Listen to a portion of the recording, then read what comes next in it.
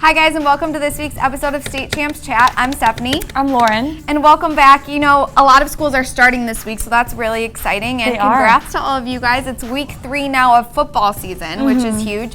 But just last week in week 2, something that's trending is Muskegon Catholic Central had to cancel their game against Muskegon Heights. I know there was actually a shooting a mile away from the school, and it was deemed unsafe to be playing the game because more threats were received by the police. Right, the police called Muskegon Catholic Central and said there was a shooting only a mile away from Muskegon Heights campus, and they were really worried that that event would be, you know, the eye of the storm, they said. Yeah. And so they decided to cancel the game, but now... Yeah, Muskegon Catholic Central never showed up to Muskegon Heights, so now Muskegon Heights is calling it a forfeit win for them, and Muskegon Catholic Central is so mad. They're appealing it with the MHSAA, saying we got a call from the police that it wasn't safe, and you know, safety for our players, our students, everyone is our number one concern. So that's why we didn't go to the game, and they don't want it to be a forfeit on their schedule. So we'll see how that plays out. It'll be very interesting. I think it's important that they put their player safety first. I think it is too, and I think that if they called them and canceled the game, then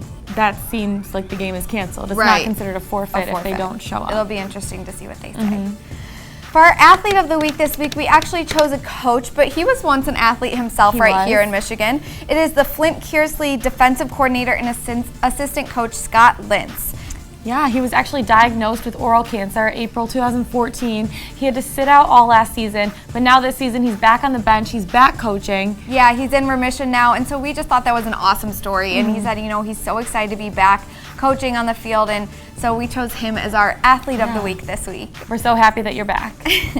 Now it's time for a little hot topic, and I think Lauren and I could talk about both of these hot topics for hours. Ever. Yes. But first we're going to talk about the quarterback situations at Ohio State and at Michigan. To start with Ohio State, both schools had questions who would play at quarterback, and just this week, who was at quarterback at Ohio State? Cardell Jones. He doesn't play school, he plays football. So he definitely came to do that. JT Barrett, they actually were both dressed for the game, and they did not know until right before kickoff. They didn't know until the huddle. I can't even imagine.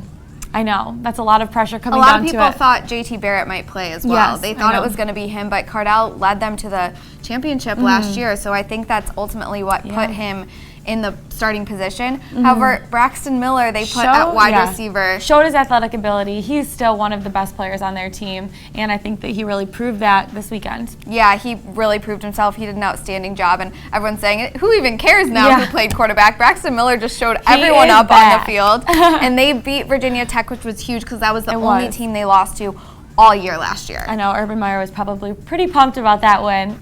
Yeah, we weren't so much, but Urban Meyer probably was.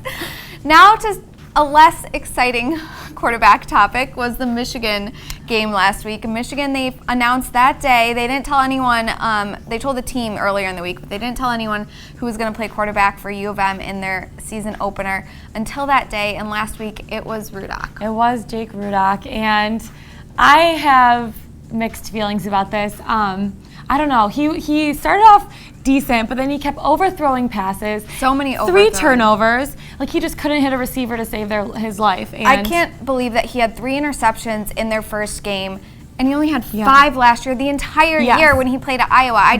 There was a statistic, 3 interceptions for 31 attempts in the first game of the season, 5 interceptions for 350-ish attempts in his entire season at Iowa last year. So I think that maybe the pressure's getting to him, the whole Harbaugh thing, the whole country's watching him or something, but I don't know what it was. But they have great backups. They have Malzone, which they probably want to redshirt him, but they also have Volton Spate and Shane Morris. Right. And who are 2 other good candidates. Apparently, Harbaugh already said that Rudock is going to start the next game. So I'm really interested to see how that goes.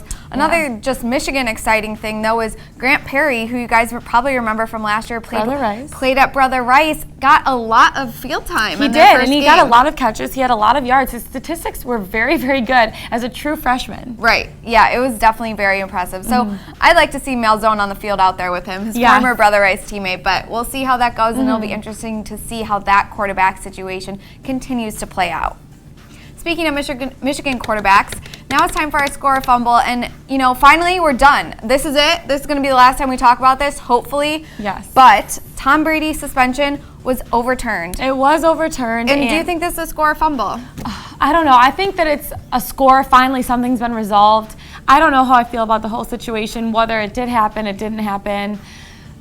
It's just been an entire controversy. Coincidence that the decision came out on Michigan's home opener? Yeah, I know. But it's not. also funny because everyone's going against Roger Goodell. Right, and I think that's the thing. For the NFL, I really think that this is a fumble because, you know, he's been under a lot of pressure lately with domestic violence cases, with the Ray Rice case, and it's like this is just another thing that, like, people won against him, and now it just makes him look bad again. And I don't know, I think it's walking a tightrope there. Like, with his position with the NFL, it could be kind of dangerous now that another negative thing happened involving Roger Goodell. Scored that it's finally been resolved, that he's playing in the game. It's and scored was go blue. Yeah. But, like, yeah. But other than that, we're not sure how I feel about this one. Finally, our clip of the week this week is a radio clip. You guys should definitely check it out. WYCD did an awesome thing. They said they're doing a bunch of things with high schoolers now that high school is starting. And Walled Lake Central's quarterback, Kyle Thomas, they said that his parents said he's the worst at waking up in the morning. Yeah, he's awful at waking up. So they called the rival Walled Lake Western's marching band. The radio called them, and they played outside of his window to wake him up for school on the first day. First day of school. And we thought this was awesome. I mean, how else would you want to wake up besides a band? He was probably not happy, but I think it's awesome. Pumps him up for school and pumps him up to beat them during the season. Right. We thought that was awesome. So that's our clip of the week this week. Make sure you check it out. And as always, continue to watch us on State Champs on Fox Sports Detroit at 9 a.m. on Sundays, and on State Champs Extra Point. It's on WXYZ Sundays at 11:30 a.m. All kinds of football highlights, awesome things. Make sure to keep up with us on social media and let us know what games you want us to come to and what we should talk about here on State Champs Chat. So we'll see you next time. Bye, you guys. Have a good first week of school.